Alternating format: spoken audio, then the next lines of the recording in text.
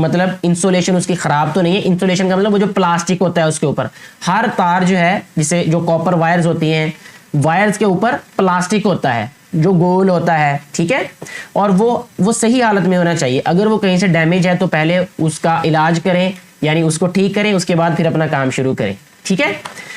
اچھا جی, اس کے بعد جو اگلا نقطہ ہے بیٹے وہ یہ ہے کہ کام کے دوران ڈھیلے ڈالے کپڑے پہننے سے گریز کریں. اور اگر آپ کے کوئی قمیص شلوار وغیرہ, کیونکہ ہمارا جو لباس ہے عام وہ قمیص شلوار ہے, اگر آپ نے قمیص شلوار پہنی ہو تو یہ خاص خیال رکھنا ہے کہ آپ نے ایپرن باندھا ہو. یہ بات میں دوبارہ دہراؤں گا کیونکہ میرے سامنے ایک دفعہ یہ واقعہ ہوا کہ ایک جو تھے وہ لکڑی والے جو حضرت تھے, انہوں نے قمیص شلوار پہنی ہوئی تھی اور وہ رندا لگا رہے تھے. رندا مطلب کہ وہ دروازے کی سائڈ پہ رگڑ رہے تھے اس کو, کیونکہ وہ ہوا کو بھی کھینچتا ہے. تو جب وہ مشین وہ چلا رہے تھے تو ان کی قمیص اس کے اندر آ گئی. تو جو ہی قمیص اندر آئی تو وہ ساری اس نے آگے سے مشین نے جو ہے وہ خراب کر دی یا پھاڑ دی یا کاٹ دی. اور وہ شکر تھا, اللہ کا شکر ہے کہ اس وقت انہوں نے مشین جو ہے وہ بند کر دی. ان کے ساتھ ایک اور بھائی بھی تھے اور میں بھی وہیں پاس ہی کھڑا ہوا تھا, تو وہ بچت ہوگی. لیکن اگر مشین کوئی ہیوی ہو اور کوئی پاس نہ ہو, یا خدا نہ خواستہ انسان اپنے حواس کھو بیٹھے, یعنی پریشانی میں بعض دفعہ انسان کو پتہ نہیں چلتا کہ میں نے کیا کرنا ہے, تو پھر بہت زیادہ نقصان ہو جاتا ہے. اس لیے پہلے ہی یہ احتیاط کرنی ہے کہ ڈھیلے ڈالے کپڑے نہ پہنے. کہ اگر فرض کریں آپ کسی اونچی جگہ پہ کام کر رہے ہیں, آپ کی قمیض کہیں اٹک گئی, پھنس گئی, آپ نیچے اتر رہے ہیں بے دہانی میں, یا جوتے آپ نے ایسے پہنے ہیں یا نہیں پہنے, یہ ایسی جو ہے لاپرواہی نہیں کرنی کبھی بھی. ایپرن باندھنے کی عادت بنائیں جب بھی کام کرنا ہے. اسے ایک تو اپنے آپ کے کپڑے صاف رہیں گے, کیونکہ اکثر آپ نے دیکھا ہوگا کہ کام کرنے والوں کو یہ دھیان نہیں ہوتا, یہ پرواہ نہیں ہوتی کہ میرے کپڑے گندے ہو رہے ہیں یا کوئی مسئلہ ہو رہا ہے. کسی بھی طرح کا کام کرنے والوں کو اس بات کا خیال نہیں ہوتا. آپ نے پڑھے لکھے ہونے کا ثبوت دینا ہے, ویل ٹرینڈ ہونے کا ثبوت دینا ہے کہ کام جب بھی کرنا ہے آپ نے ایپرن ضرور باندھنا ہے, ٹھیک ہے بیٹے. اس کے بعد جو اگلا نقطہ ہے وہ ہے کہ کام کو اطمینان سے کرنا ہے, کبھی بھی جلد بازی نہیں کرنی. ہمیشہ دیکھا گیا ہے جب بھی غلطی ہوتی ہے تو جلد بازی کی وجہ سے ہوتی ہے, بے دہانی کی وجہ سے ہوتی ہے. تو آپ لوگ جو ہے اس بات کا خیال رکھیں, کوئی پریشانی ہے, کوئی آپ کو ٹینشن ہے تو اس وقت کام نہ کریں, تھوڑا سا وقفہ دیں, اپنے آپ کو ریلیکس کریں, پھر اطمینان سے کام کو کرنا ہے. اور کام ایسا کریں کہ کام کو دیکھ کے کسی کو پتہ چلے کہ بھئی یہ کسی سمجھدار انسان نے, کسی پڑھے لکھے انسان نے, کسی ویل ٹرینڈ انسان نے یہ کام کیا ہے. ایسا نہ ہو کہ بے دھڑنگا سا کام کیا ہو جس کو دیکھ کے آنکھوں کو بھی تکلیف ہو. یعنی آنکھوں کو تکلیف کا مطلب یہ ہے کہ دیکھ کے جو ہے وہ انسان کہے کہ بھئی یہ تو, جیسے ہم اپنے علاقائی زبان میں کہتے ہیں کہ مگروں ہلایا کام, پنجابی میں کہتے ہیں اس کو. ایسا نہ ہو, کبھی بھی کام کریں تو ایسا ہو کہ کسی بھی دیکھنے والے کو اس بات پہ خوشی ہو کہ بھئی یہ واقعی کسی انسان نے سمجھداری سے کام کیا ہے. تو وہ کام تبھی ہو سکتا ہے جب آپ اطمینان سے کریں گے اور سکون سے کریں گے, ٹھیک ہے. اس کے بعد جو نقطہ میں نے آخری نمبر پہ رکھا ہے وہ یہ ہے کہ صفائی ستھرائی کا خاص خیال رکھنا ہے آپ نے. جیسا کہ کام کرتے ہوئے تاروں کے ٹکڑے نیچے گر جاتے ہیں, تاریں نیچے گر جاتی ہیں, اور اگر آپ کسی کے گھر میں کام کر رہے ہیں تو بعض دفعہ کوئی دیوار سے پینٹ گر جاتا ہے یا کوئی دیوار کا ٹکڑا حصہ گر جاتا ہے, بورڈ کو کاٹتے ہوئے کچھ ایسا ہو جاتا ہے, کوئی اسکروز وغیرہ گر جاتے ہیں. تو جو بھی آپ نے کام کرنا ہے, کام کرنے کے بعد آپ نے جب وہاں سے جانا ہے تو پہلے سے اچھی حالت میں اس جگہ کو چھوڑ کے جانا ہے, ٹھیک ہے. جو بھی وہ آپ کے پاس چیزیں گری ہوں گی, ٹریش وغیرہ, تو اس کو آپ نے ڈسٹ بن میں ڈالنا ہے. اگر اس گھر میں ڈسٹ بن نہیں ہے تو کوئی ایک شاپر وغیرہ آپ نے اپنے بیگ میں رکھ لینا ہے, اپنے پاس رکھ لینا ہے. تو اس شاپر میں ڈال کے اس شاپر کو کہیں نہ کہیں کسی ڈسٹ بن میں ڈال دینا ہے آپ نے. کبھی بھی ایسا نہیں ہونا چاہیے کہ آپ کام کریں اور کسی دوسرے کو دیکھنے والے کو یہ لگے کہ بھئی اس کے کام کرنے میں اور کسی عام الیکٹریشین کے کام کرنے میں کوئی فرق تو ہے ہی نہیں, نظر نہیں آ رہا. آپ جب یہ کام سیکھیں, یہ ویڈیوز دیکھیں, آپ کے کام میں اسی وقت سے, اگر آپ الیکٹریشین ہیں اور آپ یہ ویڈیو دیکھ رہے ہیں تو آپ کے کام میں آج سے ہی فرق نظر آنا چاہیے. اور یہ فرق یہی ہوگا کہ جو باتیں میں نے یہاں پہ بتا دیں, یہ پوائنٹس بتائیں, اگر آپ اپنے عمل میں یہ باتیں لے آئیں گے تو آج ہی سے آپ کے کام میں فرق نظر آنا شروع ہو جائے گا. آپ کے کام میں اور ایک عام الیکٹریشین کے کام میں فرق ظاہر ہونا شروع ہو جائے گا. مجھے امید ہے کہ یہ ساری باتیں آپ لوگوں کو اچھی لگی ہوں گی. آپ نے جتنی بھی باتیں آپ کو بتائی گئی ہیں آپ ان کو یاد بھی رکھیں گے اور ان کو عمل میں بھی لائیں گے جب آپ کام کریں گے. آج کی ویڈیو یہیں پہ ختم کرتے ہیں. اس ویڈیو کے بارے میں اپنی رائے ضرور دیجیے گا. ویڈیو اچھی لگی ہو تو اس کو زیادہ سے زیادہ شیئر کیجیے گا تاکہ زیادہ سے زیادہ لوگوں کو ان ویڈیو سے فائدہ ہو سکے جو کہ ان کو بنانے کا بنیادی مقصد ہے. شکریہ.